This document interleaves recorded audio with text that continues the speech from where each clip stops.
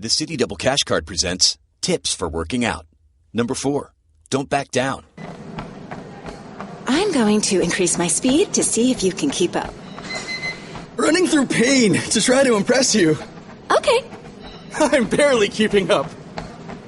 Wouldn't it be great if everyone said what they meant? The City Double Cash Card does. It lets you earn double cash back with 1% when you buy and 1% as you pay. The City Double Cash Card. Double means double. This is the Dan Le Batard Show with the Stugotz podcast. Aaron Rodgers has 12 free play TDs since 2008. Is there anything across sports that you can think of that's quite like that in terms of a hidden value that only one person in a sport is able to manipulate? Touchdowns are tough to come by. Cincinnati didn't have one of those. He's got 12 free play touchdowns where the moment he releases the ball, he knows there are no bad consequences that come of it. So that's found money. 12 free play touchdowns. I'm trying to think of anywhere else in sports. Do you have a guy taking advantage of a situation where he's the only one who can really do it? Because I couldn't think of one off of the top of my head. Draymond Green kicking people and not getting punished. Well, much actually, for it? you know what? No, but James Harden getting fouled on 3-pointers is another one. That's a great one. James, yes. The way that James Harden, fake, that is an excellent one. James Harden has found value. He's the one who does it more than. But there are teams in the league that haven't gotten as many foul calls on 3-pointers as James Harden has. But keep sending them if you got them. If you got any others like that, once again, and help me navigate this, people, because I know that many of you are tired of race talk. And you know that if you listen to this show, that I always love when sports become the funhouse mirror where society goes to check its reflection. And as much as we want to get out of the race conversation here in this escaping free space, it keeps leaking into it in various ways. Last night at the Red Sox game, there was a sheet unfurled over the Green Monster. It's really the place that you could put it anywhere in sports where it's most likely to be seen, right? The Green Monster. Yes. If you're trying to get a message out in sports, that's the place to put it. And somebody held up a banner reading "Racism is as American as baseball." And it lasted one batter, and then the people were kicked out. And this is the symbolic tension that we have. It keeps creeping into sports, and sports keeps trying to kick it out. But I'm going to address this one time today because many of you are asking me, and we did it yesterday, and everyone loves accusing ESPN commentators of cowardice. So the Jamel Hill thing is something that I'm only going to address right here, right now, one time. And call me a company man if you want.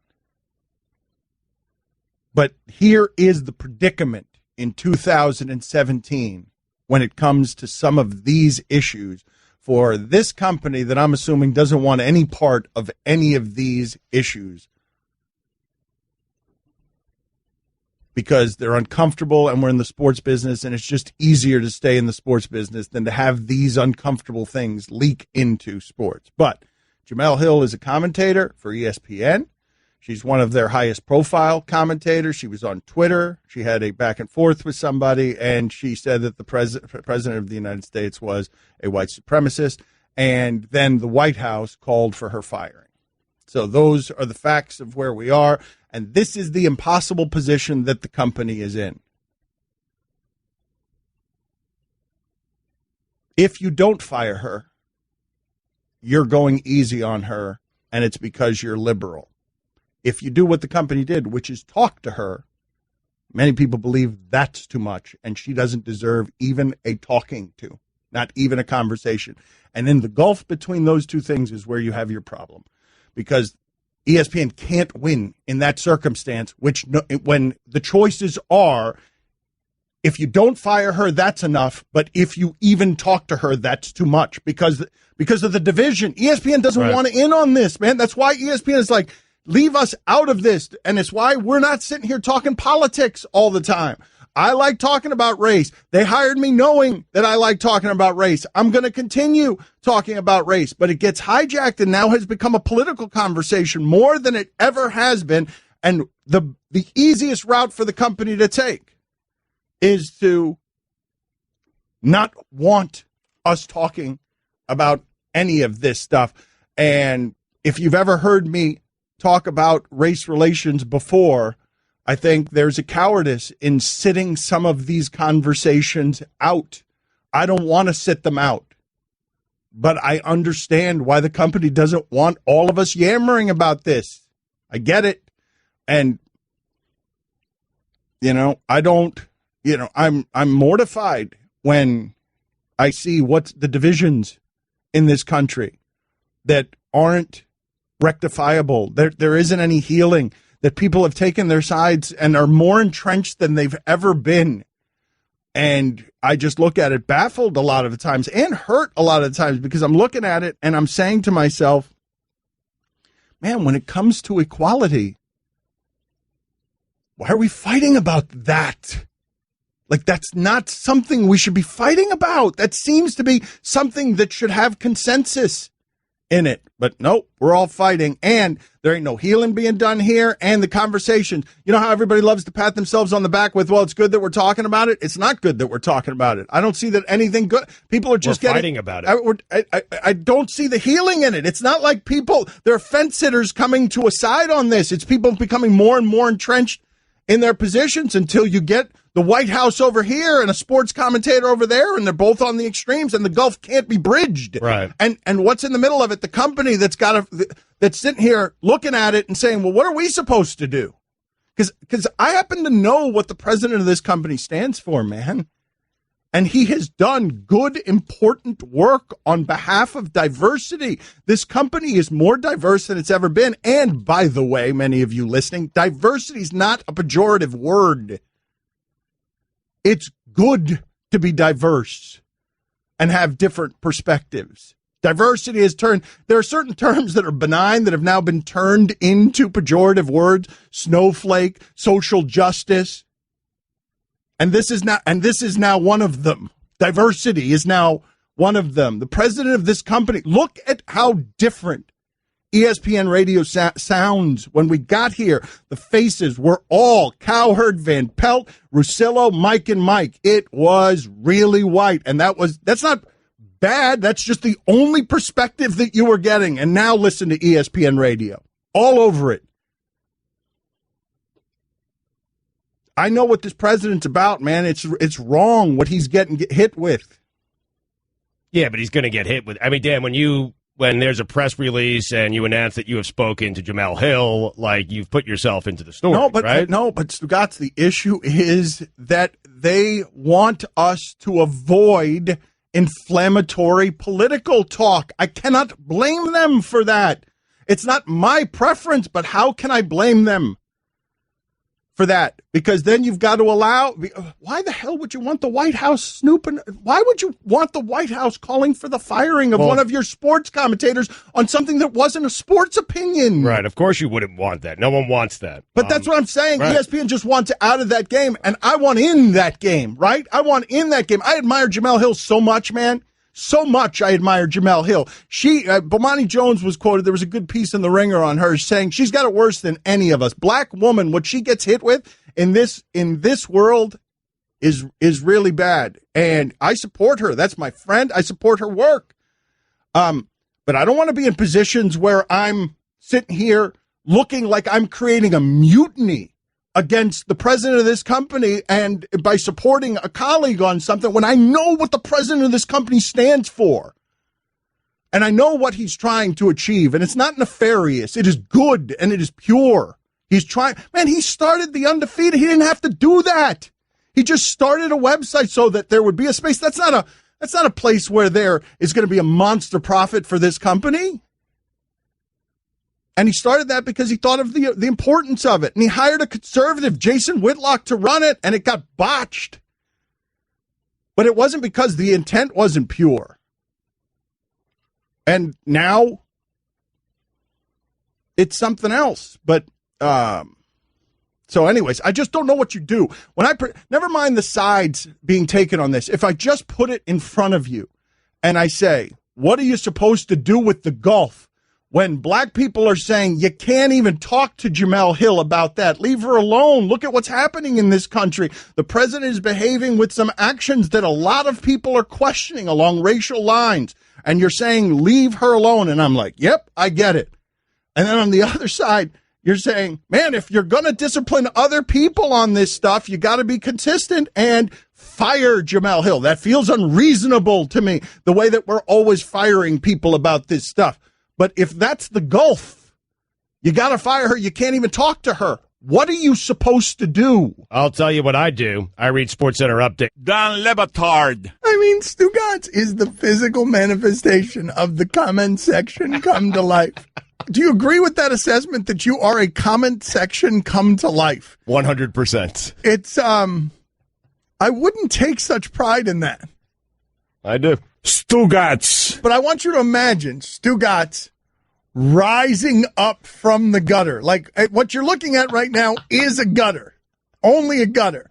And now it starts as a face and the mouth gets bigger and it just keeps growing and then just shouts rings. This is the Dan Le Batard Show with the Stugotz on ESPN Radio. Can you guys help me out here? Because I, too, would like to do a light and fun show, and we could get into the conversation that you guys were having off air about whether you should sign Vin Diesel to a 10-day contract because Tim Tebow in the minor league seems to have worked well as a business venture. You guys were talking off air about whether you would just allow, some actor with a baseball fantasy to play center field for you for a little while because the Tim Tebow experiment has worked as a business move. He's got a tiny salary, Tim Tebow does, soaring attendance for the Mets minor league affiliates. It's the biggest hit in minor league baseball since Michael Jordan all the way back in 1994.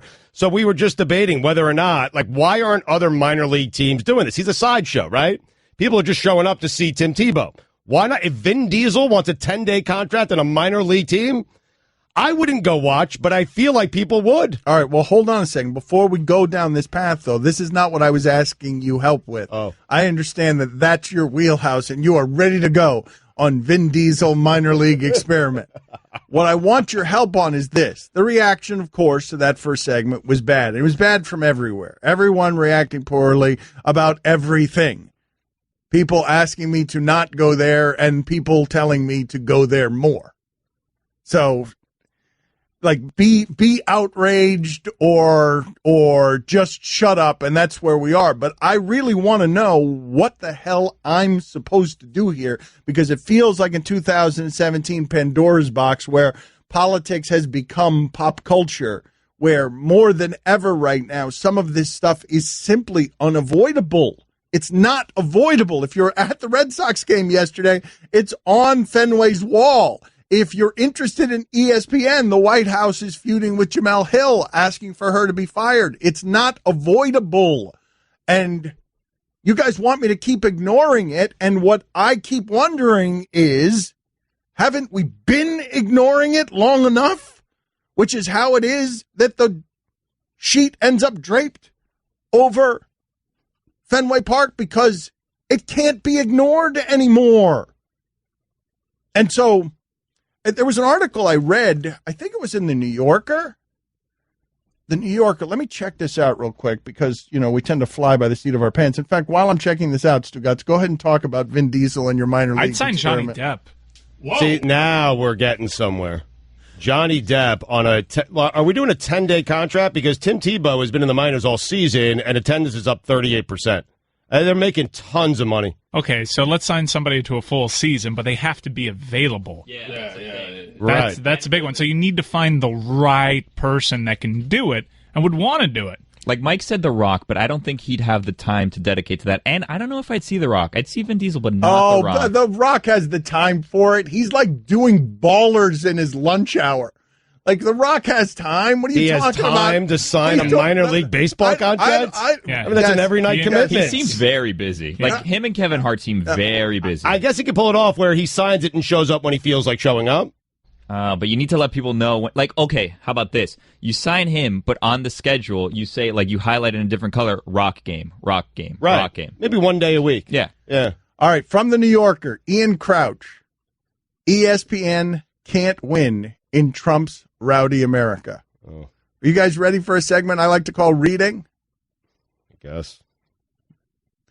All right, I tell you what. Let's do it this way. No, just no. read. Let's just do it this way. Can we throw in names while you read? Yes, I will read. I will. I'll read a sentence. It's not even fun anymore. All right. But we'll throw some names Can in. you read let's see. I got Spicer playing second base. I'll admit to a fondness for the old song for Monday Night Football by Hank Williams Jr., which opened broadcast between 1989 and 2011.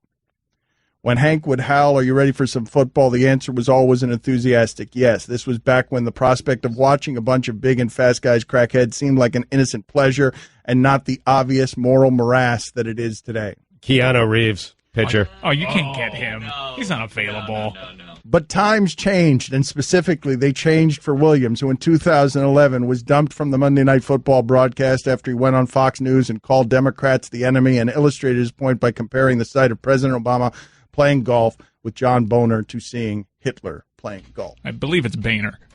Boehner. Okay, thank you. That's a fun. An unfortunate one. Thank God this is over. Did I call him John Boehner? I did call him John Boehner. Damn it.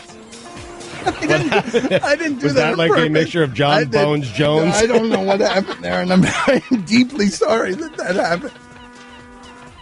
Zebra pens and pencils are strong yet lightweight. You won't have to worry about breakage, and you'll have one of the best writing utensils on the market. Tell them, Stugotz. Yep, we love Zebra pens. Everyone loves Zebra pens. Hold the one right now.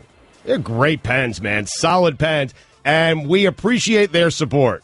They sponsor this show. They're a great company, great people. We've met all of them, and their product is exceptional. And they sponsor our favorite segment, your favorite segment, the Ron McGill segment, every single week. So keep taking pictures of yourself buying Zebra pens and send them to me on Twitter at Stugotz790. A Zebra steel pen feels good the second you pick it up, guys. It does. Trust me. We all love these pens around here. No one loves them more than Allison Turner. She introduced us all to Zebra pens and pencils, and they are fantastic. My kids love them as well.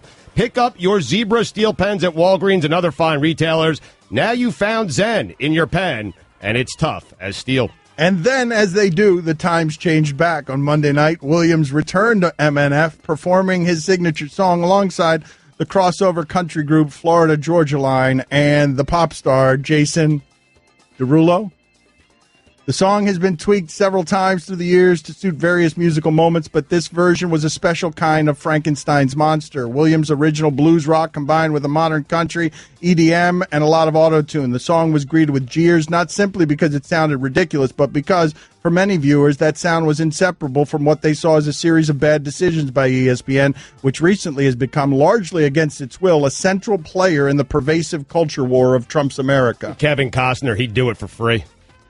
People on the left hated the song because it had too much Hank Jr. Bringing him back seemed like a form of appeasement by ESPN to the nostalgia of conservative viewers who have accused the network of perpetuating a liberal bias.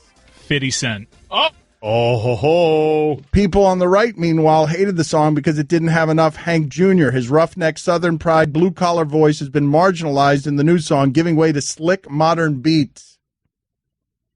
I can't think of another one right now. Everyone else hated the song because, well, it's a mess, but it's a particular kind of mess and one that tracks with some of the issues plaguing ESPN. The network has lost more than 12 million cable subscribers since 2011. In April, it laid off roughly 100 employees. 2 years after, it laid off more than 300. There are two basic explanations for this retrenchment. One, based in fact, points to a decline in the number of cable subscribers in the United States and thus a decline in the number of people who pay through their cable packages for ESPN. The other, based on alt-right fairy dust and angry tweets, suggests that ESPN is losing viewers because of the network's sinister, coordinated shift to the left, which has been driving away conservative and moderate viewers. Josh Hartnett, he's available. Oh, okay. Wow. All right. And dreamy.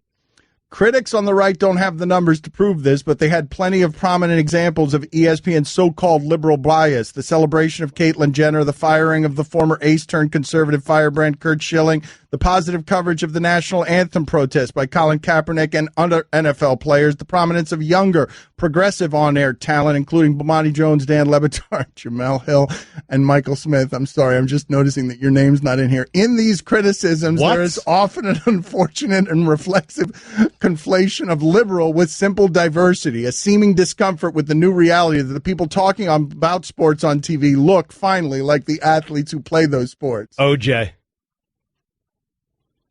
Wow. Third base. I mean, come on. Winner. Dan Batard. Do you refer to the yellow sauce at a hibachi restaurant as yum yum sauce? 57% of the audience said no. Stugotz. Do you go ginger, ginger, ginger, yum yum, yum yum, yum yum, yum yum, yum yum, or yum yum, yum yum, yum yum, yum yum? 38% of the audience said yum yum, yum yum, yum yum. So they get 3 yum yum sauces. They ditch the ginger, get 2 yum yums with an additional yum yum. Second place was ginger yum yum. That Chris said earlier, no one goes ginger ginger. 18% of the audience goes ginger ginger. And 18% of the audience also goes yum yum yum yum. How about that? This is the Dan Lebitard Show with the Stugotz on ESPN Radio. The Dan Lebitard Show is brought to you by Pennzoil Synthetics, taking synthetic motor oil performance to a whole new level. Make the switch to Pennzoil Synthetics today. Guests on the Dan Lebitard Show appear via the Shell Pennzoil Performance line. Here's your SportsCenter update. Week 2 in the NFL kicks off tonight. Texans and Bengals, both teams off to an 0-1 start. Kickoff from Cincinnati is set for 8:25 p.m. Eastern. The Cleveland Indians go for their 22nd consecutive win tonight. They open up a 4-game set with the Royals, 7:10 first pitch from Cleveland. And finally, Empire reports that Nicolas Cage will star in an action thriller called Primal. The film will see Cage star as a legendary big game tracker that works to capture exotic animals for zoos, who is sailing on a Greek shipping freighter with his latest haul of animals, including a rare white jaguar from the Amazon. However, trouble strikes when a political assassin that's being extradited on the very same freighter escapes and releases the animals. Think snakes on a plane, but more like zoo on a boat. SportsCenter is brought to you by JCPenney. Guys, hurry in for men's wardrobe sales going on right now. You can save 50% on select suit separates, sport coats, dress pants, and more, including big and tall. That's getting your pennies worth. JCPenney. For all the latest headlines and information, tune in to SportsCenter on ESPN Radio all throughout the day. Guillermo, put it on the poll. Will you watch a Nicolas Cage movie no matter what? Because Mike Ryan's in on that. All of that sounded awful. All of it to me.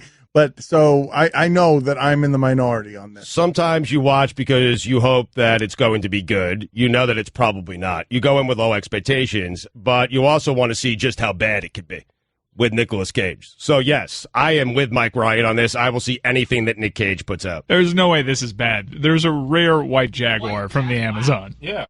Here's the thing, Dan. If you have snakes on a plane, you can land at any airport. If you're in the middle of the ocean on a boat, what are you going to do? Where do you go? Okay, so nobody's with me on this. All of you are going to go to the theaters to see this Nick Cage monstrosity. I'm saying I'm going to the theater to see it, but eventually I will see it. I'm not sure you'll have the option to go to the theater. Straight to pay-per-view? I mean, no, wait a minute. I disagree with your premise. I think that once you're in on Nick Cage exotic animals, that's got to see a theater. Your budget's too big. Like, once we're there, that can't go. Nick, wait a minute. Wait. Is there such a thing as huge movie star straight to video? Yes. I think it's happened. Yes. Like, where you have to give. There is such a thing as giving the movie star $15 million or $20 million and then that never getting into a theater? I think Mike would know better, but sometimes they give that kind of money to big stars, big movie stars, and it appears in the theaters and on pay-per-view at the exact same time. You're saying exclusively to pay-per-view? Well, yeah. That's not really a theatrical release then, because they're just doing that to appease the stars and the people that made it, because it's a limited release. Netflix has sort of changed the math on this, because technically Brad Pitt just had a straight to DVD release, but it was just straight to Netflix, so you had their budget and people thought it was good. I saw the movie, it wasn't good. How does this work with you, Mike? Would Nicolas Cage be somebody, if I told you right now, hey, you're not going to believe this, but up in Melbourne, the Marlins have signed to their minor league affiliate, Nicolas Cage. I'm moving to Melbourne. Kidding me? I'm moving. Yes. I'm already there. I'm buying a block of tickets, however long this takes. Okay. I mean, who wouldn't go see that? You'd go see that. Well, There'd be enough intrigue where you would drive to Melbourne. No. Oh, come on. Yes, I would. To see And Nick there would Cage be play baseball? There would be enough national intrigue that Come Bob on, man. Costas is going to be calling this game. Stay at my house for the night. love him. Who else is like Nicolas Cage? If I go all in, let's say we're playing a card game, and I'm going all in, and I've got a pair of Nicolas Cages, and this is the game that we're playing. Actor or actress that you will go to see at the theater because of the potential of it might be great and it might be awful, but either way, I'm okay with it. Can anyone beat a couple of Nicolas Cages? Wow. Christopher Walken maybe in his heyday. Yeah, Stallone, perhaps. I'll skip out on a lot of Stallone. Will you really? Yeah, I'll skip out. It's got to be a good plot for me to follow Stallone. I will follow Nicolas Cage. Is Nicolas anywhere. Cage he is the standard bearer to on the this ends particular of the earth? I will follow him. Well, let me ask you this. I Mike. saw Left Behind. Okay, but hold on, Mike. Which one makes you happier? If it's dreadful or if it's great? Which one? No, you got to pick one. Ooh, okay. Which I know what I'm picking. Okay. Wait, I can't cop out. I'm not going to say the cop out both because I've seen Snake Eyes and I enjoyed it because Nicolas Cage was in it, but that movie was terrible. It's as bad a It's movie as so bad. ever been made. It's the worst Nicolas Cage movie I've ever seen. What's a good and one? I've seen them all. National Treasure was good. National Treasure was surprisingly Raising good. Arizona was good, although that's not really a Nicolas Cage movie. The Wicker Man is a terrible movie, but it is amazing solely because of Nicolas Did you Cage's answer the performance. question? It's one of my favorite movies one for all gives the you wrong more reasons. Joy, Snake Eyes or whatever is on the high end of Nicolas Cage. Whatever's on the high end. Whatever's on the high end. But I enjoy the terrible movie more solely because Nicolas Cage being in it. Then I'm like, okay, this is not terrible. It could be worse. Can you do me a favor? I sent you the other day something from Slate, a trailer of Face Off, one of these honest trailer things where the movie voice gives an honest trailer on a movie. Can you find the one for Face Off, please? I want to play it next, where the movie voice gives you the plot of Face Off while giving you the video from Face Off. This is going to be this has the potential to be Nick Cage-like radio next. This might be great or it might be awful. I don't know. We're going to find out together next. Don Le Batard. And finally, 3-time Oscar winner Daniel Day-Lewis has retired from acting. Good. Why good? Who cares about Daniel Day-Lewis? Takes himself way too seriously. I'm tired of him. The actor's actor. Please, get so deep inside the role. Please, Daniel Day-Lewis. Go away. See how empty your life is without acting. Have fun. Enjoy it. Stugotz. The last good thing he's done. Go ahead, name it. I dare you. Go ahead, Lincoln. There will be blood? Oh, yeah, that was good. That was back in 2007, though. What have you done for me lately? This is the Don Le Batard Show with the Stugotz on ESPN Radio. The number of people writing us with the take that racism is mythical, that it doesn't exist, is just bizarro to me, man. I don't know how it is that I keep managing to get surprised by this. Like, we are talking about race issues like we talk about paranormal activity. You know, like a person comes over and offers you, hey, I've been the subject of racist behavior. It's like, prove it. I don't believe you. You're talking about Bigfoot or Chupacabra. And I've seen the ratings on those paranormal shows. Like, you watch those. Oh, yeah. Like, you're willing to believe in the idea. I've also seen the Rodney King video. Like, I thought we were stopping with the whole, we're denying that this exists thing. People want proof even though it's on their television every single day. Man, it's a combination of denying it and ignoring it. Okay. Let's get back to what we were talking about. I unfortunately do not have the sound for you. We could not get it cleared in the last 5 minutes. Hopefully in the next couple of days we will, but look it up on the internet if you like. It is Face Off Real Movie Trailer, Real Truth Movie Trailer, where the guy with the movie voice is showing you in his voice how ridiculous Face Off was. We'll tweet it out from @LeBatard Show on Twitter. @LeBatard Show is where you go and check it out. Did you see, Stugotz, what Tom Savage's agent did and said? He said something to the effect of 13 throws, not enough time for my guy. If you're going to start him and play him at quarterback, did he say something to that effect, that you didn't give him enough time to prove himself, which I happen to agree with? Like, that's ridiculous. If you're Bill O'Brien and you had all offseason to prepare and you drafted Deshaun Watson, when you announce Savage as your starter, at least give him a game or two. 13 throws and one half of football, not enough. Here are the quotes from the agent of Tom Savage. His name is Neil Schwartz. You do not usually see quotes like this after week 1. The Texans play tonight against the Bengals on Thursday Night Football, which is fundamentally immoral. Quote, I'm still trying to figure this out. 31 plays and you're getting benched. It makes no sense. I watched all 31 plays because that was the extent of what Tom saw in the first half, and I can't figure out why he's benching Tom. I went through every single play, and I went one step further. I asked 2 different NFL personnel people on 2 separate teams to evaluate and break down the film to see if I was missing something. He was 7 for 13. 12 of the 13 balls touched the receiver's hands. The only ball that didn't was the strip sack fumble that they called incomplete upon replay. 7 were completions, 5 were drops.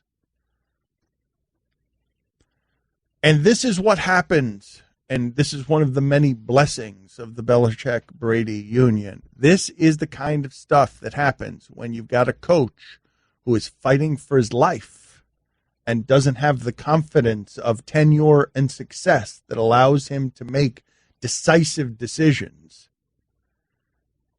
He gets scared and benches his guy after a half. And is Bill O'Brien, though, fighting for his for his coaching life? I mean, Mike, it wasn't great, but they won the division last year, right? He's fighting for his job. There's been speculation around his position, his security, and his desire to even be there for a couple seasons now. It's just, you don't have any idea how good a coach Bill O'Brien is, even though getting to the playoffs with Brian Hoyer, like, that's pretty good, but you don't have any idea how good he is because their quarterback play is just so dreadful. And this is not Stugotz. Nobody else is benching. The last time I remember this happening was Dave Wanstedt was fearing for his job, and at the first half of the first game against Houston, he benched it was either A.J. Feely for Jay Fiedler or Jay Fiedler for A.J. Feely. You don't see a quarterback get benched first half of the season. When do you ever see that? When you have bad options. I saw the Browns do that with Charlie Fry once. They yanked him and put in Derek Anderson. That worked out for him. And I would love for my agent to fight for me the way that agent did. Counterpoint to it, though, is what the agent's not mentioning is obviously the offensive line was a really difficult time against that Jaguars defensive line, and Tom Savage has cement blocks attached to his feet. At least get some mobility. He was sacked. He was sacked 6 times in the first half. Right. I guess I could see, yes. Love the agent and the fact that he's fighting and actually doing the research and presenting it and saying here. And it's really hard. It's really hard to argue with the way that he presented it. It is. Except it was 19-0 at half. Mm-hmm.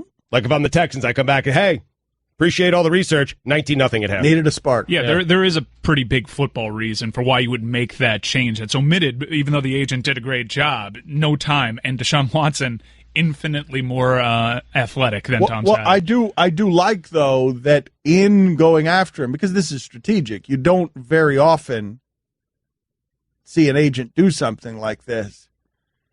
He's going after the coach, but he's not doing something that would harm his quarterback, which is say that publicly. He had no time.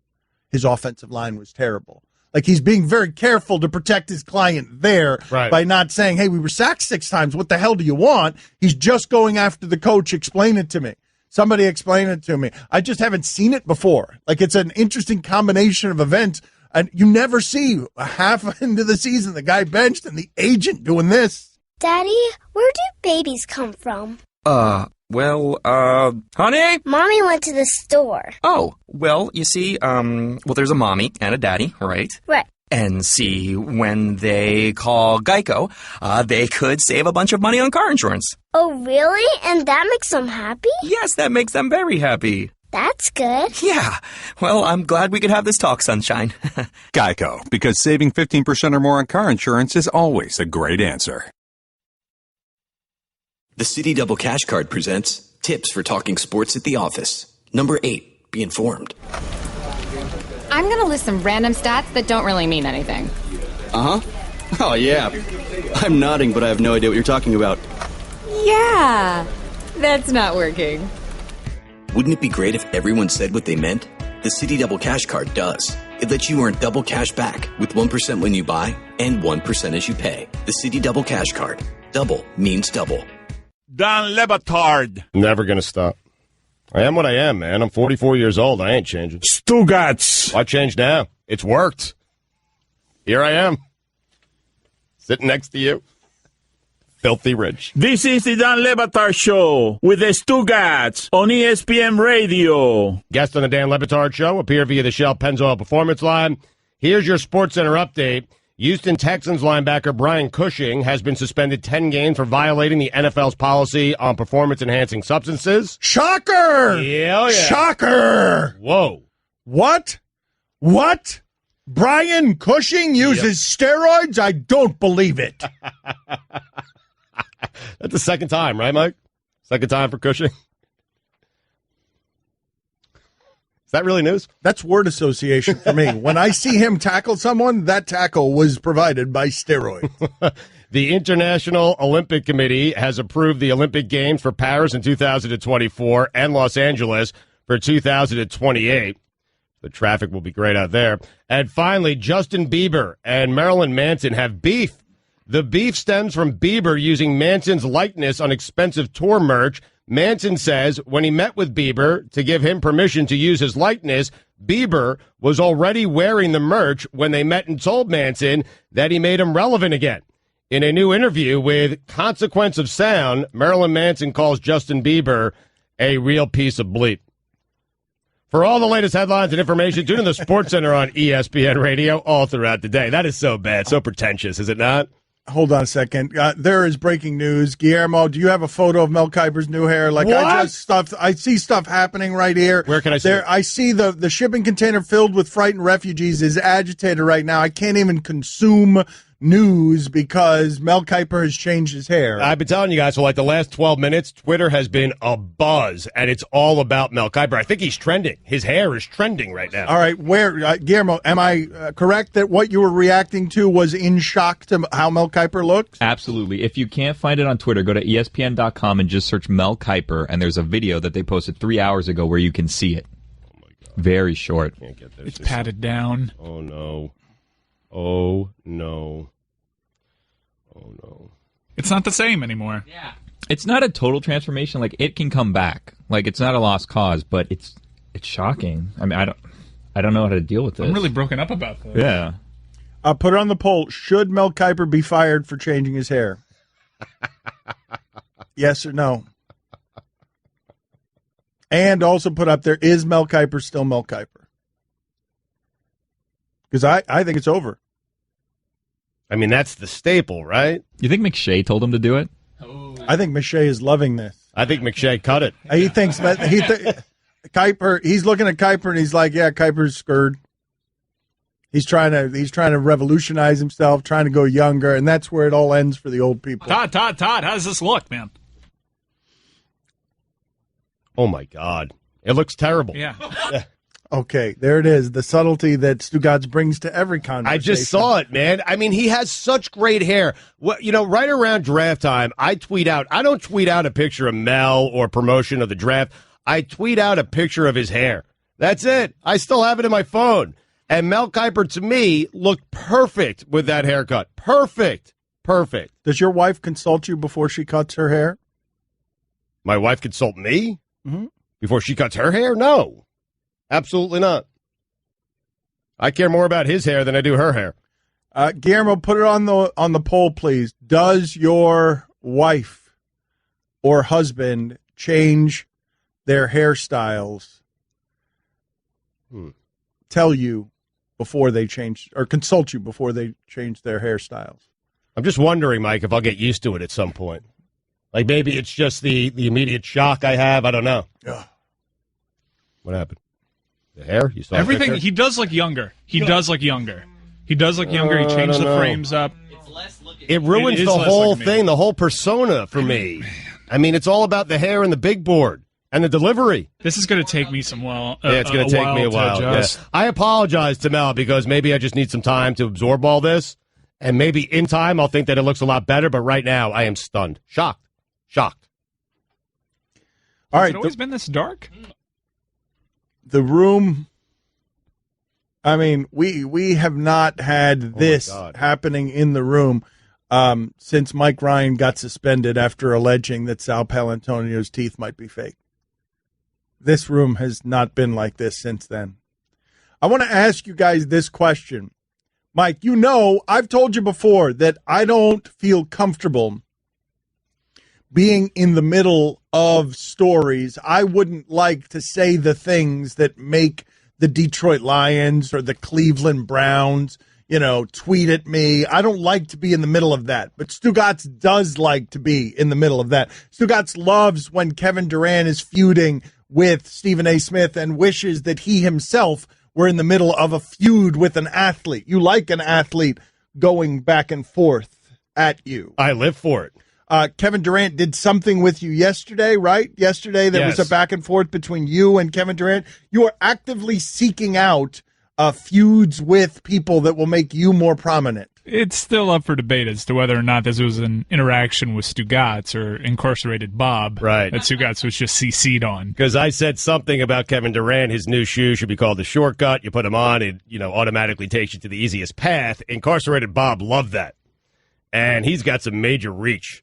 And he tweeted it at me. He quoted me and sent it to KD. And KD responded to me saying, coming from the same guy that buys his shoes from Amazon rather than going to the mall, LMAO. So, I love it. Like, that made my day yesterday. I had a great day yesterday. The show was good. Weekend observations were good. I mean, my wife was nice to me. I came home. There were no Zappos.com boxes at home, no Amazon.com boxes at home. I had a great day. We did HQ yesterday. Had a blast with your dad afterwards. But Kevin Durant tweeting at me made my day. All right. And what I want to ask you guys and Stugotz is this question. Because you know that Stugotz gets jealous of media figure in the mix when it's not him, of Jay Glazer calling plays in the Pro Bowl. So, Mike, what is the answer to this question? Secretly, deep down, in places that he doesn't talk about at cocktail parties, is Stugotz envious right now of Jemele Hill? Ooh. Yes. It's a hell yes. I look at it and I'm like... She led CNN last night. Anderson Cooper. Yeah, but... Oh. I mean, the White House talked about her. I know. And the press secretary. And what is the White House doing, by the way? I mean... No, let's not do that. I don't want to do that. All right. The White House is called for the firing. But all of that, I look at all of it and I'm like, ooh, that is the price. Because Colin Kaepernick retweeted support of Jemele Hill, and just the frenzy around all of this stuff, to me, as I watch it, is deeply uncomfortable. And that's sort of why it is that you do it, is to make people deeply uncomfortable in ways that they need to take inventory of their thoughts and their feelings and the way they behave and their laws and everything else and their government. But I marvel at you. Would you want to be in the middle of that? I know Stugotz would, because he's built differently. And I thought maybe the race stuff would be strong enough to scare him off of the scent of celebrity fame, power, and validation. I mean, I'd be calling you asking how to respond to certain things and questions being asked to me. But, yeah, I'd be fine with it. I mean, CNN, the White House. Heck of a couple of days, I mean. You'd just go, you wouldn't be scared doing the interview circuit, though? Like, well, as long as you prep me before the interview, I think I'd be, or just stand by my side or something. It's so you that you want people to do your work for you, even through that. Yeah, Sports Whisper. or just me talking in his headset. You almost walked yourself into a disaster this segment when you started going rogue. What happened? Yeah. That's why I need Dan there, just right by my side. You in my headsets, Dan just standing right next to me. I'll get through it. I'll get through the tough times. And, the good times and all the exposure far outweighs any difficulty. Here's what I'm telling you, right? Here's what I'm telling you. I feel comfortable with this subject matter.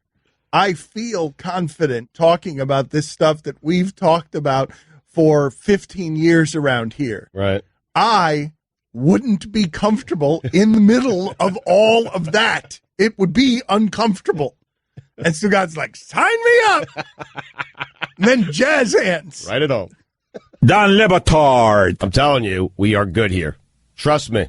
I've never let you down. Stugotz. It's like living a life. Imagine living your life, and every time you take a step, you know you might step on a landmine.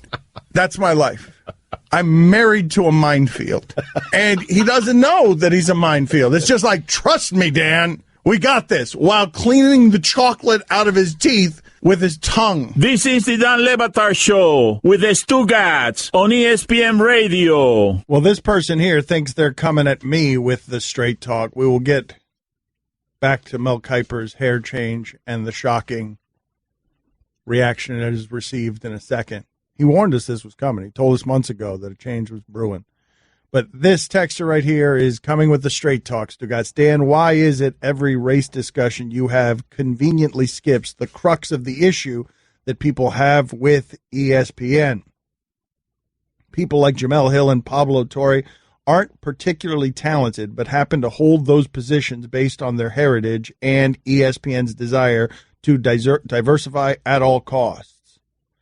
When their lack of talent ultimately reveals itself, people find it easy to criticize the network. The blowback is only beginning. Boom. That guy hit me with a boom at the end. There was a boom at the end. And while you may not think that Jamel Hill and Pablo Torre are very talented, I know that they are, and I'm more qualified to be discerning about these things than you are. Really? Yeah. Yeah, I know who's good at this and why they're good and what their credentials are and what their teaching is and what their experiences are and what they studied and why it is that they're qualified to be in those positions. And frankly, that criticism is fairer directed at all the white people before them that used to get these positions largely because they had opinions that were being identified with in the public and looked a way that was a little more comfortable and palatable to the customers who represent the majority. Am I good? Yeah, you're fine. Fine, I'll take it. Take a fine. Happy with fine. You're great. You're talented. There is no one more talented at being you and this than you are. No one. No one. I don't know how that talent works without any sort of buffers and I don't either, Dan. Limits and then the circus tent sort of pulling you back in. Let's not find out.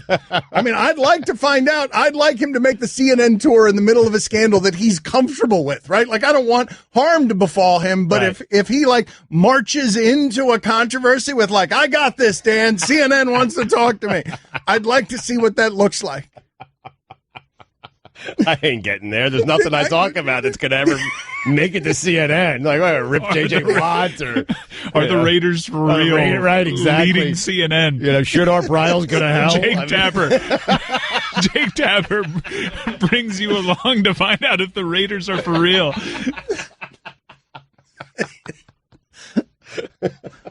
What's going on with Mel Kiper? Has he made any public comments? Or Mel, we're a safe space for you if you want to come in here and confess. This just happened? This just broke 3 hours ago with a video? Mel has told us before that he and his wife do his hair, right? So his wife had to be in on this. Yes, he did tell us that, and it seems like today's the day. Like the big reveal was today because it's all over Twitter. Credit to him for giving us enough time to prepare for this. Not unlike boarding up your homes with an impending storm, the Mel Kiper Jr. haircut did not catch us off guard, but it's still stunning when it arrives and devastating. Mel, where are you? You are a friend and an enemy of the show. I don't believe you have an actual big board. I believe that's a concoction, that there is no big board anywhere. You deny it. It's a source of feuding throughout our entire lives. His most recent big board came out today, man. I'll tell you, there's a guy he has shooting up the first round, and it's Lamar Jackson. I mean, I don't think he's ever been on Mel's big board. and now he's a first-round pick. He has him at number 13. It's amazing. 4 quarterbacks in the top 13 next year. The Jets won't take one of them. How fun is it to watch that guy play? Oh, so much fun. I mean, I'm watching him against North Carolina. North Carolina defense is doing everything right, and it doesn't matter because he's just one step better than everybody who's on their defense. Can't wait to watch this Clemson game this weekend. A rematch of last year's matchup, which was primetime and amazing. That may have been the best game of the year last year, right? Up there, certainly. Yeah. Clemson's defense still very, very good. Excited. Football. College football in particular. Good. He is Michael Vick. Like you watch him play and he's that kind of electric. It's just not normal. Even with Deshaun Watson, I never felt like he was the best athlete on the field. Even doing amazing things in college football, I thought his wide receiver was more of an athlete than he was, right? The Williams kid. One of the things that Mel was talking about and other people have talked about with Lamar Jackson is last year he just ran over. He's just a better athlete than most of the people out on the field with him. But the pocket passing this year and his presence has been like dramatically improved. He worked on it during the offseason, and that's why Kuiper has moved him up, because the question was, can he play a pro-style offense? And he's showing that he can. Nice work by you tricking me into this conversation. But the point was, and I'm pretty sure that Stugotz thinks that video this morning, the way that he said, the big board debuted today, his first one, I think Stugotz thought that Mel Kiper was doing a hair reveal. That the video wasn't a big board. The way we learned that the hair was different is that there was a big board reveal. I feel like Stugotz is like, no, because that's how he would do it. If Stugotz had a press conference to change, Stugotz would have a press conference to change his hair if his hair was famous. I would. I mean, who wouldn't? I'm shocked. In fact, I'm disappointed with Mel Kiper for not doing it that way, because I figured Mel. You've already done that twice. You bleached your hair and gone fine, Bob. But you agree, missed and we opportunity. Sent out press releases for both of those things. You're right. But missed opportunity for Mel, though, right? I would have liked the press release. Yes. Like a big event, a big reveal, right? People would have tuned into that. That's appointment viewing. That would have been, actually, I'm with Stugotz on this. Thank you. ESPN could have turned this into a television show that would have gotten ratings, that would have set the internet abuzz, or would have taken all the stuff that's on the internet. Why didn't ESPN do that? Like a decision type thing with Mel Kiper. Let's all look at his new hair together. Like, imagine if Scott Van Pelt decided to go the route of Brian Urlacher. Go from bald to all of a sudden having a head of hair, and it was a televised primetime event. We'd all tune in.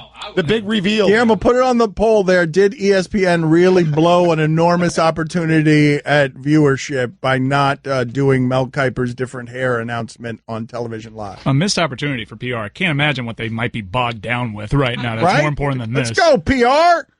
There's nothing more important than this. Let's go, PR. Get that out there. Don Le Batard. You are the best. And when I say the best, I mean the very worst and most evil. Stugotz. The worst. But this time, it's for real. Worst. This is the Don Le Batard Show with the Stugotz on ESPN Radio. I know the movie theaters probably long for a time when there wasn't quite so much competition and distribution. But do movie theaters long for a time pre-internet? When you talk about customers getting good at sniffing out a bad movie, we're so Yelp review oriented right now that we're really discerning about, group think. Right. Going where it is that people tell you to go. So do the movies long for a time pre-internet? Because the internet also helps spread good news about a movie. So basically, you'd get fooled before if you went to a movie and it was a terrible movie. You'd have no idea. Right. Does the theater prefer that, or forcing merit upon the theater? If you got a good one, it's going to spread more because of the internet too. It's a great question. I don't know the economics, meaning I don't know how much the internet is helping movies out from a financial standpoint, and I don't know how much movies would be helped out if there was no internet, right? Like, you kind of have to think about it like that. I'd like to think that movie theaters, the business of movie theaters, would prefer no internet.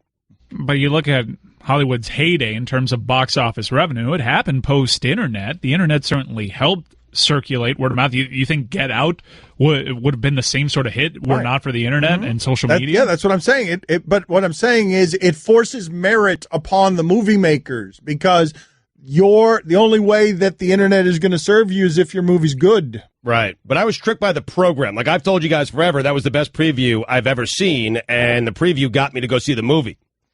Now, if I was reading on the internet how many people saw the movie and thought it was terrible, I probably never go see it. Well, that's evolution, though, right? Because it's funny. That's how things have evolved. The movie companies got really good at the high end of evolution of making a trailer that would get you to the theater. And now we've evolved, and we're like, no, trailer's not enough. I want to know what my friends think about it. And now they're evolving again because that mommy movie, nobody knows what's up in the mommy movie. Because what is up with Mother? I know, but the trailer is she giving birth to the Antichrist? I know, I don't know, but they're doing. Well, that's a good strategy. You got to leave some mystery to what your movie's There's about. There's a whole lot of evolving going on. It's a weird cast. Why is Javier Bardem in it? Who does he play? Ed Harris is like moving. It's a mystery. What the hell the movie's about? Michelle Pfeiffer's there. Whoa. Jennifer Lawrence is dating Darren Aronofsky. Whoa, Aronofsky. How do you pronounce that name? Arnofsky. Is it? Yeah. Whoa. I want to ask you guys something here. This actually happened to me. This is a true story. This is how my Monday evening went, okay? I have a lot of friends from different political spectrums. I know you guys may think that I only align myself with people who think like me, but I have a lot of friends from a lot of different backgrounds. You're aligned with me, man. Okay, but I know a lot of people are probably going to think that, well, you're just always with Pablo, and so anyways, this is the message I get. This is where we are, okay? Because Pablo, the face of that now. I think he is. Yeah. So this is what I get Monday, and this is just 2017 sports consumption, culture war. I get a text from a friend of mine. This bleeping political correctness. I can't even watch this football game. I'm changing the channel. And I don't know what it's about. And I got it wrong twice. Because I'm like, is this about Sergio Dip? Is this about a guy who was trying to do a sideline report in his second language? Is my friend objecting? Why is he objecting to that with me? Or is it all the people who were complaining that ESPN2 had a simulcast of the game in Spanish? And so I'm telling him, hey, you could go watch on another channel if you don't like the Spanish. And he's like, no, the broad. I'm like, all right, great. Oh, man. Great. Good talk. But, like, that's where we are in 2017, man. Like, I put anything in the booth around what it is that's in front of you, what you're used to. What are you guys cringing about? I'm telling you, that's not my story about someone else that makes my friend look like a jerk and like Archie Bunker. Not me. What happened? Why'd you guys? No. I feel pity for your boy. Yeah, I buried him. Yeah. It's a boy, right? Why'd you guys slump like that? Everyone got scared. It's an awful thing to say. It was shocking. Shocking. Yep. Shocking to me. Really? Like Mel's hair. Yeah. Wait a minute. You guys are still... Where are you guys living? What kind of bubble are you guys living in? Where people don't talk like that anymore. Really? I mean, I surround myself with people who just enjoy watching football, man. I swear to God, I feel like I'm talking to 5-year-olds. I've just removed their innocence. I'm telling you, life is easier if you surround yourself with people like me. Just come over. We don't care who's calling the game. We just watch the game, hand in a bag of chips, the other hand down our pants. We're good. I'm just saying. And I don't know. I didn't hear the broadcast. I told you I checked out on All Football Monday night the moment that Bradford started checking down. First quarter of the first game, I checked out on All Football. So there were complaints about the broadcast. I read about complaints about everyone. Rex Ryan, Beth Mowins. Beth Mowins was fantastic. I mean, Rex, still has a little ways to go, but he could be good at it. Like, if we get the Rex that we see when he's on with Scott Van Pelt in the booth, he'll be great. Beth Mowins, fantastic. Fantastic. Like what I did there, huh? Do you think you did something good there? Really? You think you did something good there? You thought that was smooth? I'm willing to be patient on Rex, and then I tied it all together with Thank you for extending an ESPN colleague the courtesy of your patience before you do what? Before you rip him? But Mel Kiper's hair. Just terrible.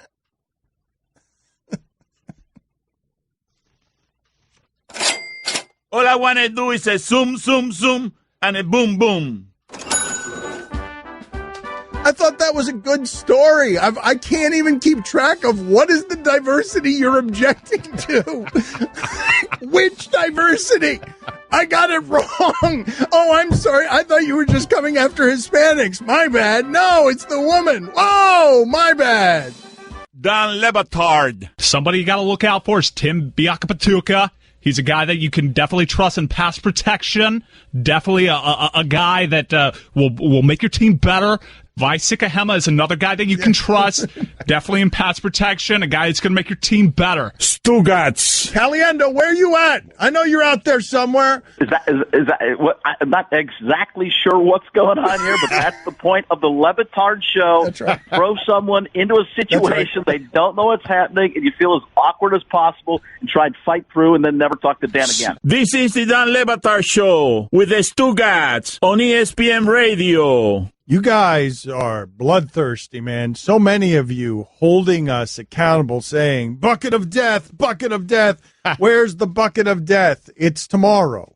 It will be tomorrow. We couldn't do it last week because we were preparing for hurricanes. Now, people are probably saying there's a game tonight. What happens? So if the Texans win and one of us picks the Texans, we get a free week. But if we pick the loser, then we get kind of instant death. You know? Okay, so if you don't know what the bucket of death is, we've got a Grim Reaper, and every week we reach into a bucket, and that team is the team that we're playing with, and then there are all sorts of, there are 100 exceptions. I hate it. We all hate it. Everyone hates it. There's still some owed shames. I have been, during a hurricane, this has happened before the hurricane and since the hurricane, in the middle of a supply shortage in South Florida, you will see one Dan Le Batard searching for George Michael gear.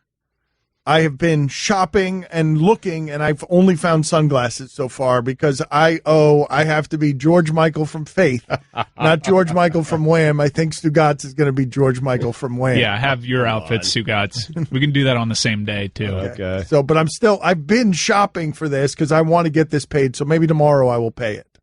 If I can find this in our hurricane. Do you have the weightlifting glove? Yes. Okay. Do you have the dangly cross earring? No. It's key. That's going to be hard to find. Yeah, I'm going to have to call Barry Bonds, have him send me one. Wait, so you have my entire costume already? Yeah. Really? Yeah. Wake me up before you go. Oh, come on, man. Let me ask you this question, Stugotz. See, you made the fatal mistake of here's your laziness catching you, right? Because I remember Boog Shambi asked me one year to do this. He was surprised at how excited I was to help him. John Boog Shambi, the voice of Sunday Night Baseball on ESPN, said, yeah, Le Batard, just go buy me my Halloween costume. And he was surprised that I just shot out. Yeah, I got it. Right. I've never been so eager to help anybody. Dan's so nice. Man. Yeah, Dan's so kind and giving. And so I got just like a giant heart. It was a giant heart, and he was wearing like pink. Boog's big dude. He was wearing pink stockings. He looked completely ridiculous. So I made the mistake of letting Mike shop for me. Yes, you made the mistake of Mike will take care of it. And you are going again. Stugotz is going to be George Michael from Wham. The short shorts, all of it. Come on. Yes. Fingerless gloves. No. Got 'em all, man. Yeah, man. Neon colors. All right. So anyways, that's what's happening around here. I want to ask you this in reference to Lamar Jackson. Petrino leaves with him, right? Wow. What is he, a junior? But Petrino parlays that into something else, right? Louisville's a stepping stone. It's what Sumlin should have done, right? Sumlin's when Manziel left, he should have left? Sumlin's mistake is not like Sumlin had all the options in the world right then, and isn't Petrino going to be able to erase all the crud with just making Louisville got good fast? They were top 5 last year at times. I don't know where they finished last year. They're top 15 right now. They got good really fast. So, yeah, I would think that when Jackson leaves after this season, probably, Petrino will parlay that into another job. That's what Petrino does. But that's what all guys should do. But is Petrino rehabbed enough is what I'm saying. If Sumlin could have done it because Sumlin on Manziel's wings was just sort of up-and-comer guy. And now all of that has been exhausted, and we've seen, well, okay, that's not sustainable. Right. And now he's in trouble. He's in real trouble. Is Petrino clean now? Is Petrino coveted again? I think so, just from the standpoint of how quickly he could take a program and make them relevant and make them good. Well, this isn't the final stop for Petrino, is it? How old is he? That has a lot to do with these things. But he doesn't strike. He strikes you as a mercenary, doesn't he? He does, but he also strikes me as someone who burned any bridge on the pro level. Certainly, with how he left Atlanta. Right. Well, but wait a minute. Pros, but college. Wait. And he's 56, by the way. Oh, why are you guys doing burned any bridge? If that press conference didn't burn every bridge, then every bridge cannot be burnt. Like if that press conference he had with the neck brace, a bloody face from a motorcycle accident with a mistress on the back and filled with lies, like if that doesn't derail him. Right, but you saw his landing spots. I think it was, Western Kentucky, which was a smaller program. I think it was Western Kentucky. And then he went back to a place that he had roots. He had personal relationships. You can be damaged and be in consideration. Hell, Butch Davis was in consideration for jobs when nobody else would hire him. Right, but what I'm asking you guys is on what level of repair and rehab are we with Bobby Petrino? Like what schools would make sense? Would Michigan hire Bobby Petrino if Jim Harbaugh left? Is he going to be able to parlay everything into another stepping stone, or is Louisville where he has to finish it because Louisville welcomed him back? I don't know the answer to the question I'm asking. Like, what does Notre Dame do? Who desperately wants to be good at football again? Brian Kelly might not make it through this season. Well, that's what I'm talking about. Like, is that... Because then you're selling your soul for a guy who's got a checkered But they past. already sold their soul. Like, Brian Kelly is out there. Is Brian Kelly representing that university the way that it wishes to be represented? I don't think so. Never mind wins and losses and the idea that he was 4-8 last year with a quarterback who just started an NFL football game. Listen to this back and forth with Brian Kelly, and you tell me if this arrogance has been diluted at all by losing with NFL quarterback on his roster last year. Obviously, you've made a ton of changes, changed the culture, everything, but obviously you lost at the very end, kind of like last year, 7 of 8 losses. How do you, what's the question? I'm getting to it. Get to the question. How do you keep this from snowballing? It's not going to snowball. Next question. Well, what exactly will be different, I guess? There's nothing different. I go to work every day, and I coach my football team. Okay. Is that good enough for you? Yes, I was just asking about how it was different from last year's losing by 1 possession. And okay. Tonight was also like that, so I was just wondering. Losing by 1 possession? Yes. No, it was 1 point. Okay. Okay, great, thanks. All right, let's just do this till the end of the segment, all of us. Brian Kelly was 4-8 last year. All of us, ready? Brian Kelly was 4-8. Give me a better one. Give me a better one. It's a terrible 4-8. 4-8. 4-8. 4-8. You are awful at cheers. Quarterback with a throw. Kelly. Okay, keep your eyes closed. Okay. I want to show you my first ever painting. All right. Okay. Open your eyes. Oh, that's a lot of colors and shapes. So be honest. What do you think? Well, I like how if you switch to Geico, you could save hundreds of dollars on car insurance. Oh, yeah, that's true. Yeah. Here, why don't I hold your paintbrush while you call them? Geico, because saving 15% or more on car insurance is always a great answer. The City Double Cash Card presents Tips for Talking Sports at the Office. Number 8, be informed. I'm going to list some random stats that don't really mean anything. Uh-huh. Oh, yeah. I'm nodding, but I have no idea what you're talking about. Yeah, that's not working. Wouldn't it be great if everyone said what they meant? The City Double Cash Card does. It lets you earn double cash back with 1% when you buy and 1% as you pay. The City Double Cash Card. Double means double. Don Batard. I mean, my kids don't even like me anymore. That's the bad part. I mean, the one thing I had was my kids, was my twin girls, and they are mortified by me, by my mere existence. Stugotz. I mean, I went in that lake at camp over the weekend, took the shirt off, stuck the stomach out as far as I could, and cannonballed right into that lake. My girls asked me to leave afterwards. This is the Don Batard Show with the Stugotz on ESPN Radio. So, I'm curious here as we talk about all the nonsense that we talk about around here. It sounded during the last segment like I was chanting either foreign aid or fornicate. I was trying to chant 4 and 8. The record, 4 and 8. I am a terrible chanter. Bill Belichick, can you get me the only known chanter worse than me? And I think we need to put it on the poll, Guillermo. Who is a worse chanter, Bill Belichick or Dan Le Batard? Because everything I did at the end of the last segment made to embarrass Brian Kelly only embarrassed me, as it was revealed to you and to me that I am a terrible chanter. Everybody was confused. Yep. It was rushed. But is anyone else mystified as I am how Brian Kelly hasn't had any of the arrogance knocked off of him? Like, how is that possible? It's amazing. All right, let's listen to Belichick chant.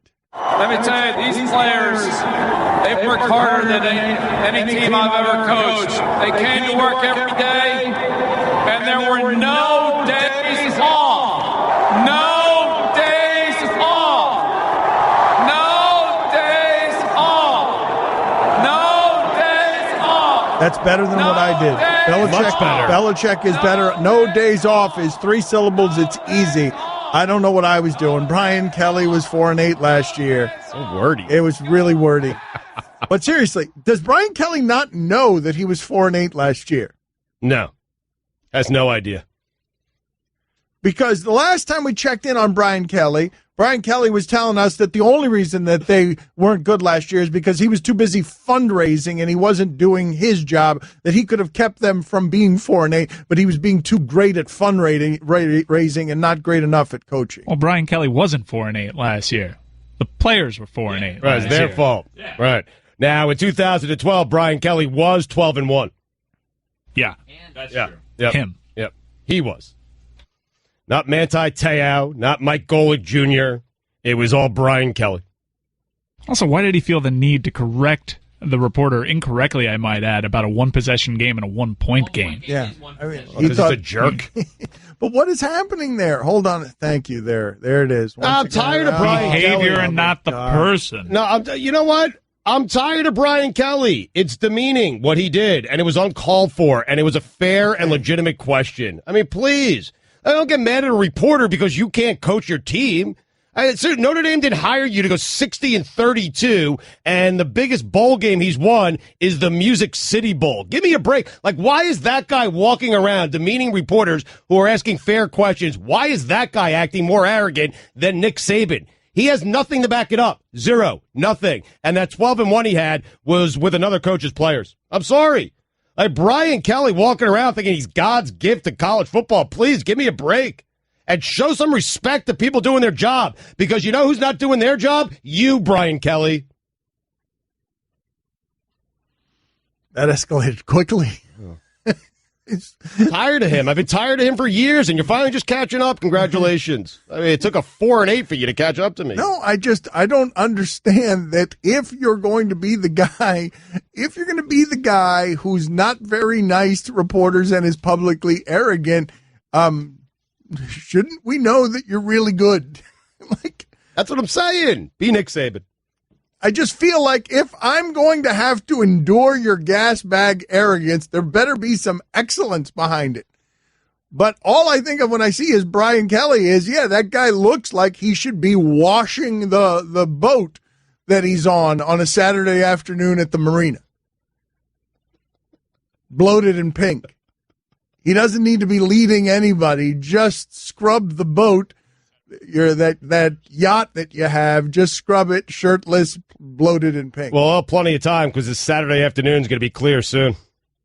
That's the joke I was making. I was making that joke instead of... I made it better. That's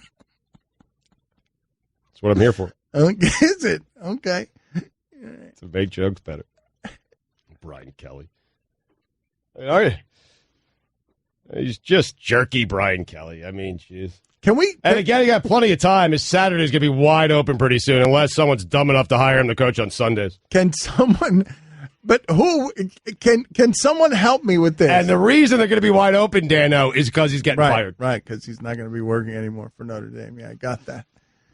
Can someone help me, though? Because we're used to it from Nick Saban. We're used to it from Belichick. We're used to it from Popovich. Can you guys give me another cruddy coach who's always guilty of it? Because we'll tolerate, if your excellence matches your arrogance, we'll tolerate it more than what we would with Brian Kelly. I just want to be clear. He's going to be fired because he's bad at coaching. Give me another guy. Somebody give me another guy where this guy is always doing that in the press conference, and you're watching it, and you're like, that guy's not any good at what he does for a living. Yeah, Freddie Mitchell is the prime example, I think. FredEx. Oh, let's Google the Bill Belichick quote on Freddie Mitchell. But I was talking about no. I don't think you guys. No. You guys. Are you just strictly the coaching profession? I'm doing coaches, yes, because at least in the case of Freddie Mitchell, whether he's a good professional wide receiver or not, the guy has climbed at every level over all of the people athletically and has arrived at professional football. Brian Kelly is not in professional football. No. Lane Kiffin. That's a pretty good one. Brian Kelly was 4-0 last year. The players were 0-8. Yeah, there it is. I feel like that's what Brian Kelly's doing, though. Exactly what he's doing. It's like, look, but soon he won't be doing anything, Dan, because he's getting fired. Because he's a bad football coach. Right. And plenty of time to wash them boats. Brian Kelly. That segment was flaming doo-doo fire. There is nothing to discuss. And someone's going to be dumb enough to hire him again, right? Like Cincinnati, we'll bring Kelly back and relive our glory days. Kind of like what Louisville did with Petrino. Here's what I have happening. Petrino to Notre Dame. They'll sell their souls, and he'll win, his first 30 games there and a couple of national championships, and then leave that program in complete distress. Like, they'll never play football there again. And I have Brian Kelly coming to Louisville after he's done washing a boat. Because he got fired. Because he's a bad football coach. I don't think I've ever been as surprised by a single word that Stugotz has ever chosen than him using the comedically perfect, he will leave the program in complete distress. Lost at sea. Distress is comedically perfect as a word, and I don't think I've ever been so surprised by any one word Stugotz has ever chosen. When you're lost at sea, you know what you can use? A boat.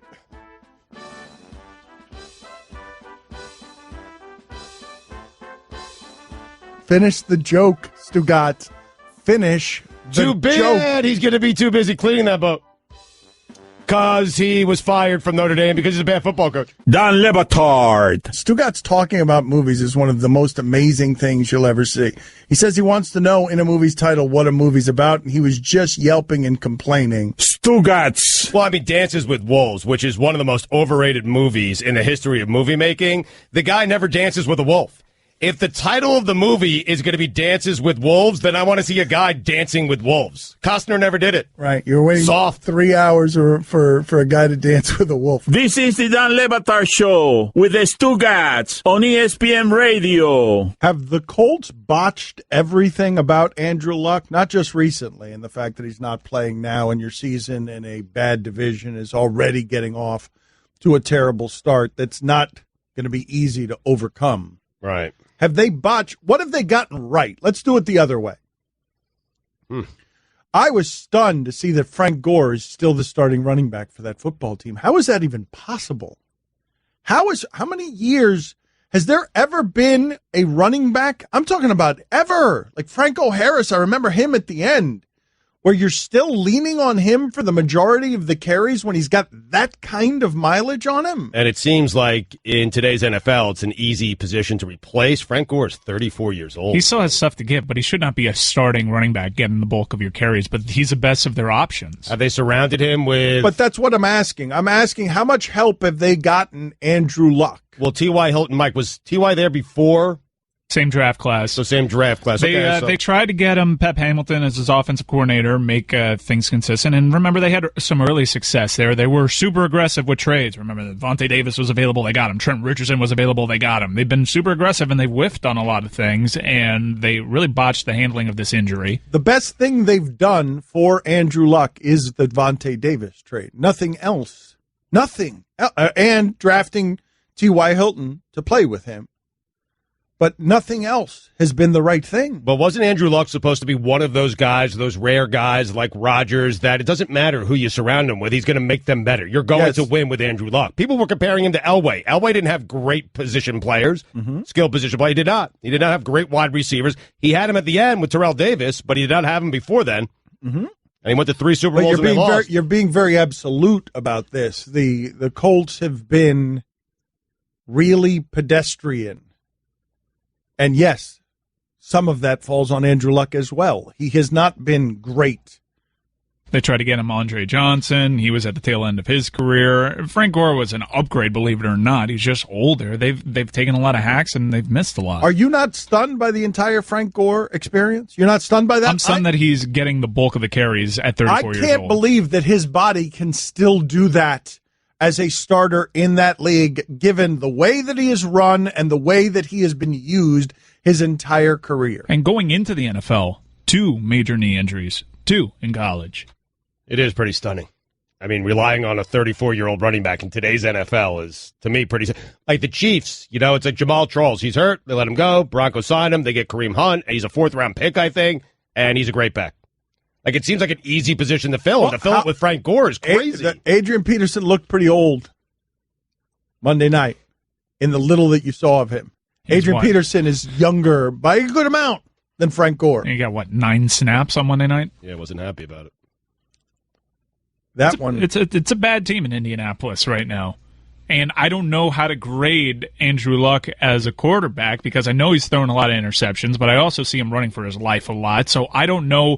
How do you decide if he's good or not? Well, his best year was 40 touchdowns, 16 interceptions. Is he that, or is he, just about every other year, which is 23 touchdowns and 16 interceptions? Well, they really botched it, man. Nothing will bring attention on your medical staff that you do not want than your quarterback playing through injury at the end of lost season, having the entire offseason off, and then not being ready for the beginning of the next season. They did get him Jack Doyle. Absolutely. I'm always looking for Jack Doyle. His voice makes me laugh. I will never get used to that being offensive genius articulated. Absolutely. I'm always looking for Jack Doyle. That's one of my favorite pieces of Okay, hold on. Let me hear this again here, and you guys tell me what cartoon character it evokes. I'm not giving you the visual. I'm going to only give you the voice. Absolutely. I'm always looking for Jack Doyle. I mean, one that drools. Absolutely. I'm always looking for Jack Doyle. That's a Jack Doyle. Well, here's the thing, though. I need him to be great because I need him to win several championships because I need to have the height of genius represented by a guy who talks like that and has the cul-de-sac for hair. And it's just going to redefine everything we think about athleticism. If Andrew Luck talking like that and with a pituitary issue, what it sounds like, and then a cul-de-sac of hair with Terry Bradshaw hair. I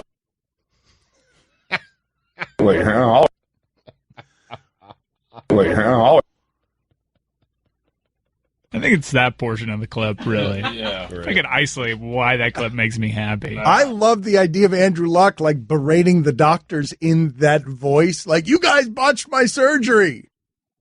Absolutely. People are criticizing us on text saying that Andrew Luck took over a 1-15 team. That was done by design, by the way, so they can get Andrew Luck. They didn't play Peyton Manning, and took them to 2 AFC championship games. I don't recall them. I know they went to 1, and they lost to New England, and they got crushed in that game. I don't recall them going to the second. That's the deflate. 45-7 they lost. They that just game. went to 1 AFC championship game, but they beat Peyton Manning in the playoffs. They went to Denver and had a very impressive victory. Okay, so wait a minute. Are they arguing that the Colts have achieved commensurate with what Andrew Luck's talent was? Is that what the argument is? Well, no, they're arguing that Andrew Luck is a lot better than maybe we're giving off. That they know Andrew Luck is but I think Andrew Luck is an above-average quarterback as well. But in a bad division, he has not produced very good teams. They've been division-winning teams, but in a terrible division. Yeah, I don't know. What's the argument that they're making? Are they making the argument that? Well, we were debating if he's actually an elite quarterback. I was saying that's not what I was debating. I wasn't. But I did that, and so now I guess they're getting mad at me. Well put. Don Batard. I'm pulled over, and I'm there with the police officer, and the police officer's outside my window, and a guy drives by in the opposite lane here, okay? Yeah. Stugotz. He yells... Why are you laughing already? I haven't even gotten to the good part of the story. Just the visual, and I know it gets better. It gets better. The guy's driving by and he goes, "Appreciate you, man."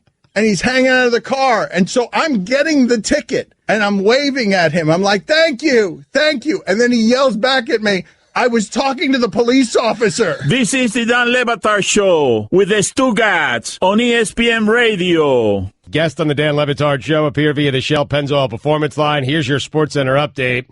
The California State Athletic Commission has officially changed the result of UFC light heavyweight John Jones' knockout victory over Daniel Cormier at UFC 214 in July to a no contest. Following Jones' failed drug test, the UFC has reinstated Cormier as its light heavyweight champion. The Canadian Football League has eliminated pads from all regular season practices effective immediately and will limit contact to games following the end of preseason training camp. I like that. And finally, Rihanna told Elle Magazine, yes, I'm asking there, Elle Magazine, that David Copperfield asked her, "I'm not kidding, this is a real offer. I can make you disappear and reappear anywhere in the world. Where do you want to go and why?" Rihanna pondered the question and then replied, 10 minutes before I lost my virginity. Yeah, she didn't get the question that he was asking. Can't time travel. No. He can jump. He's from place only to a place. magician, right? Yeah, he's only a magician. No, he can. No, he can absolutely send her to Southeast Asia. If He she can make her disappear and reappear wherever she wants, and she thought she can go back in time. Right? She was confused. And she took time to ponder that. Yeah, that's a terrible answer. Yeah. I don't know how many of us would want to go back to that exact time right there. I don't know how many of you had a magical experience right there, but I think of never mind. SportsCenter is brought to you by JCPenney. Guys, hurry in for the men's wardrobe sale and save 50% on select suit separates, sport coats, dress pants, and more, including big and tall. That's getting your pennies worth, JCPenney. For all the latest headlines and information, tune to the SportsCenter on ESPN Radio all throughout the day. Go on. Do you think of the first 10 minutes before having sex? Do you think that is the happiest emotional space in your life? Not gonna lie, it was pretty rad. Pretty rad time. I was a nervous wreck. No, I was scared. Me too.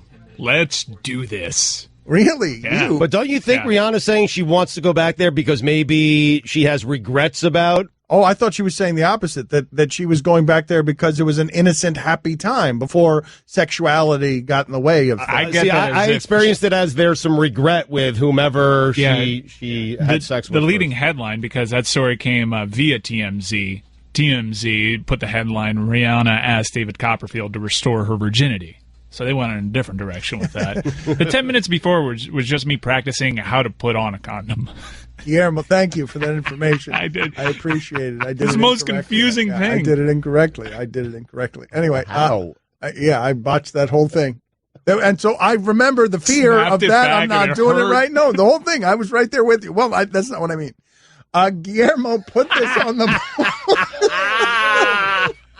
put this on the poll at Was I Le Batard Show. put this on the poll.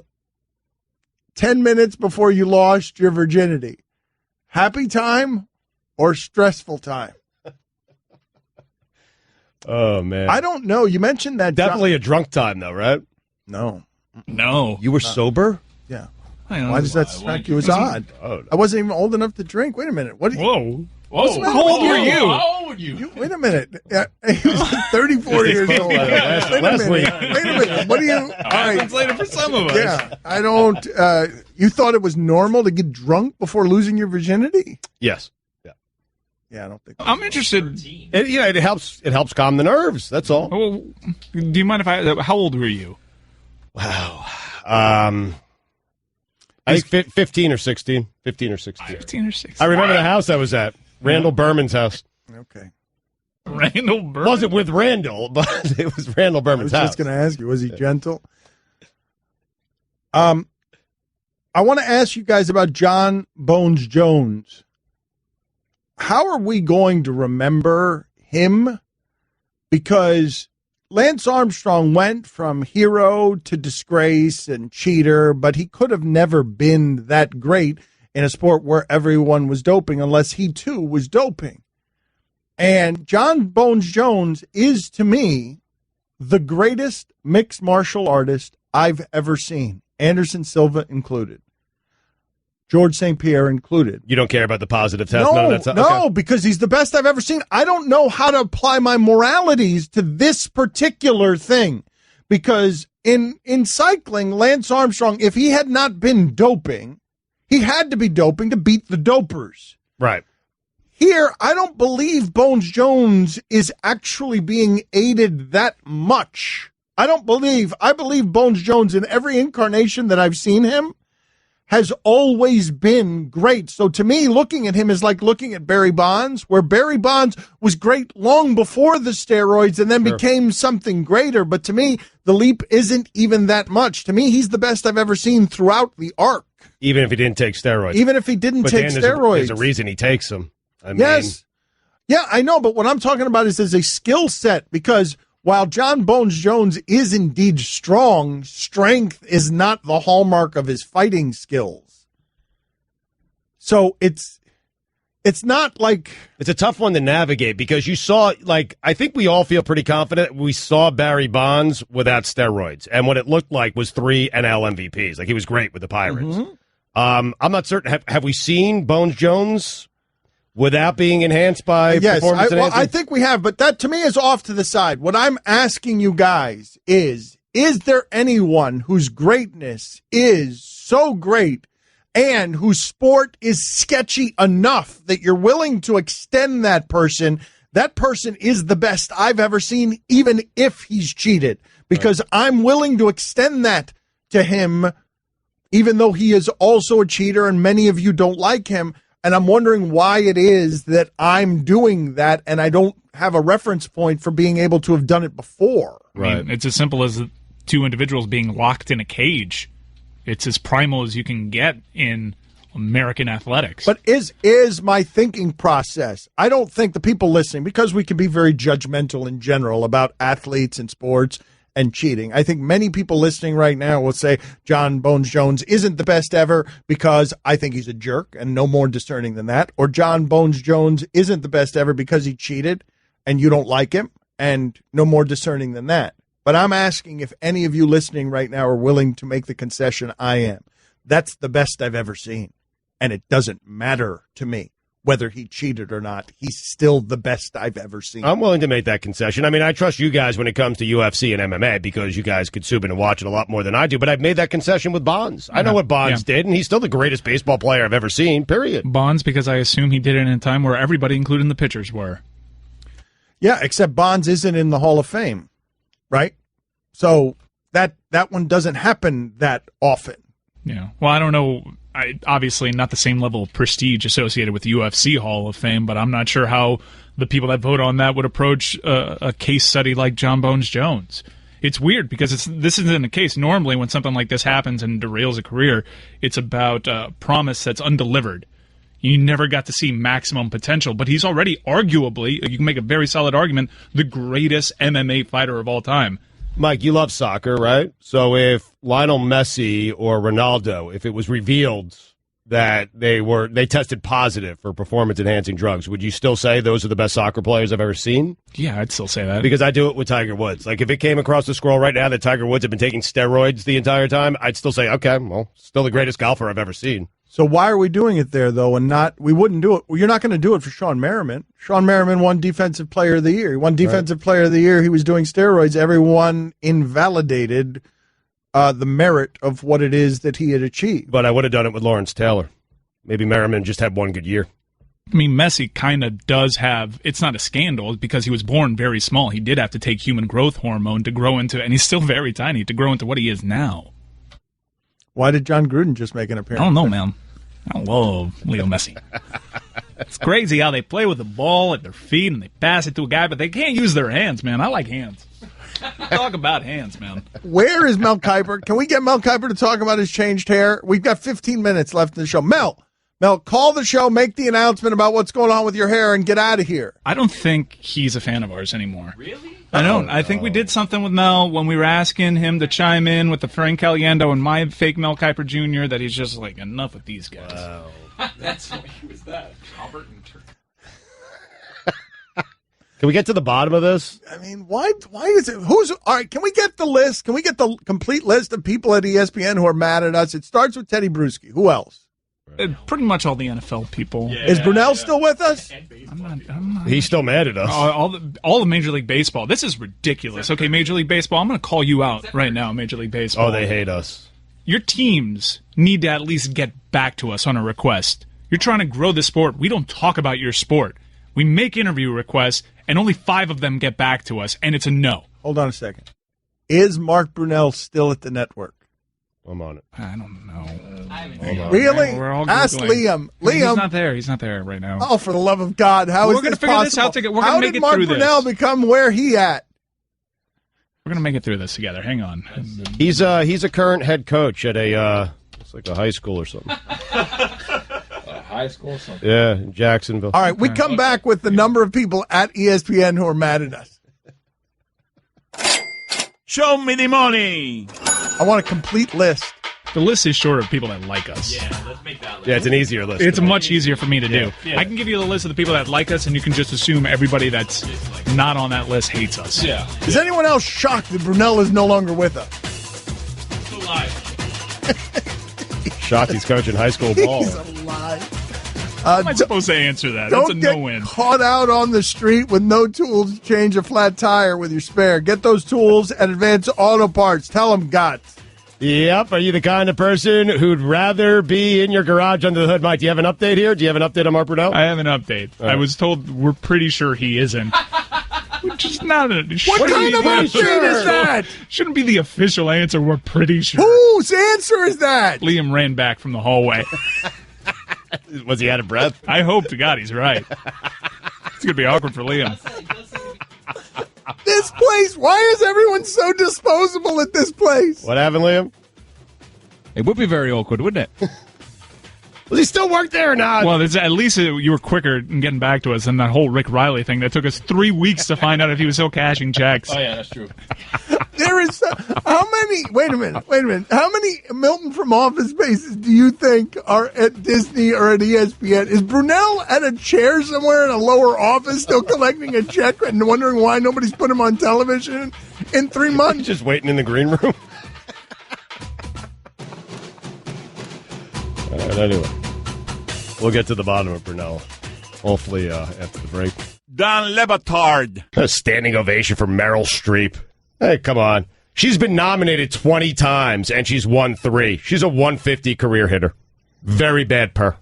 Streep. Stugotz. 150, Dan. I get you back, sent back to the minors within a week. She's Buddy Biancalana. My sense is you agree with me on this. This is the Don Batard Show with the Stugotz on ESPN Radio. Give me the list of people at ESPN who hate our show. Brunell does not count because we have now learned that he is no longer at ESPN. So it's Teddy Bruschi. Yeah, it's most of College Game Day, if not all. Oh, I think all. Is it Jeff Saturday? Jeff Saturday? Jeff Saturday does not like us.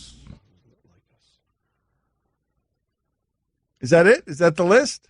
No, that's not the just list. getting started, we have man. entire divisions that aren't fans of ours. Yeah. All shows. Yeah. We really are the outsiders, huh? Mm-hmm. Do you think anybody else at ESPN has fellow ESPN people disliking them as much as we do?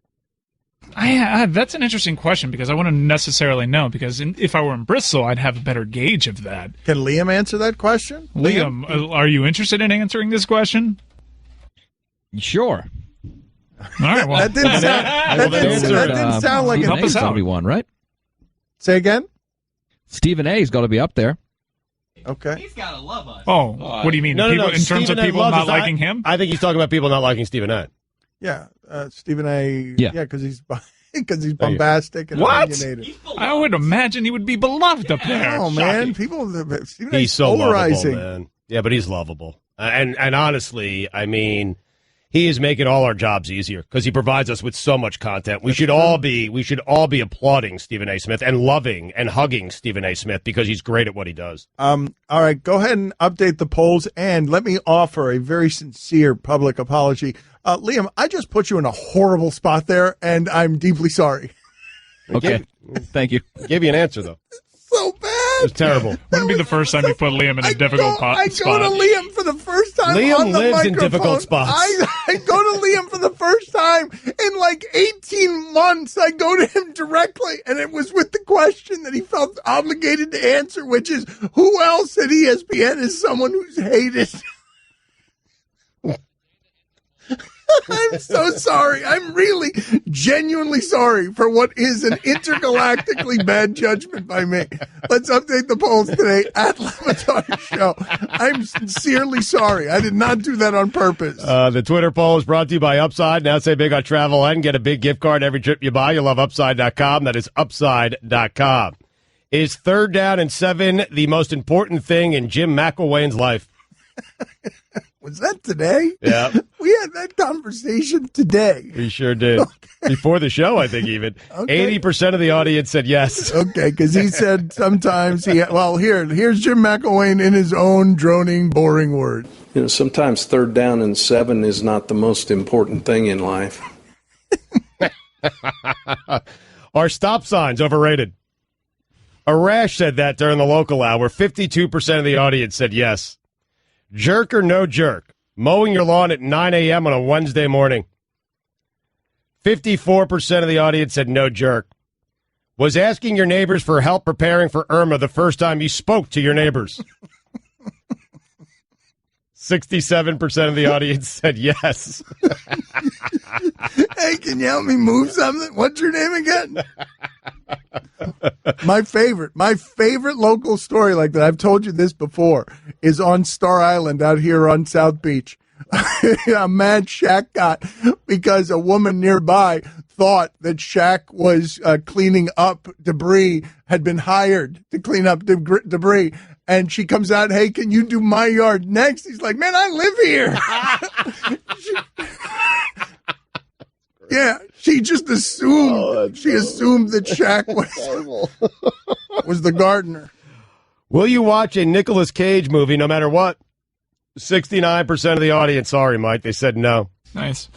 Should Mel Kiper be fired for changing his hair? 68% of the audience said yes. Is Mel Kiper still Mel Kiper? 64% of the audience said no. Can't imagine why he doesn't like us. Does your significant other consult you before they change their hairstyle? 54% of the audience said no.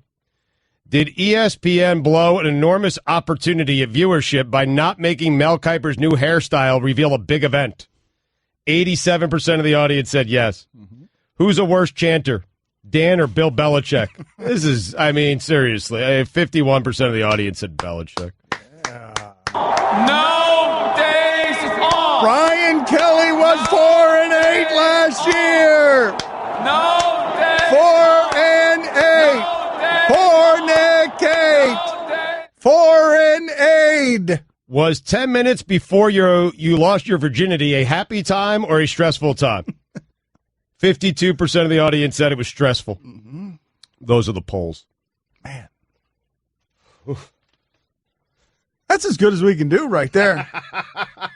That's it. Let's have a cigarette and a sandwich. Okay, Kevin, for the grand prize of $1 million, what color is the White House? I know this. 5 seconds. Oh, switching to Geico could save you a bunch of money on car insurance? Okay. Judges? That's true, Kevin. They'll allow it. Congratulations. You're a winner. Geico, because saving 15% or more on car insurance is always a great answer.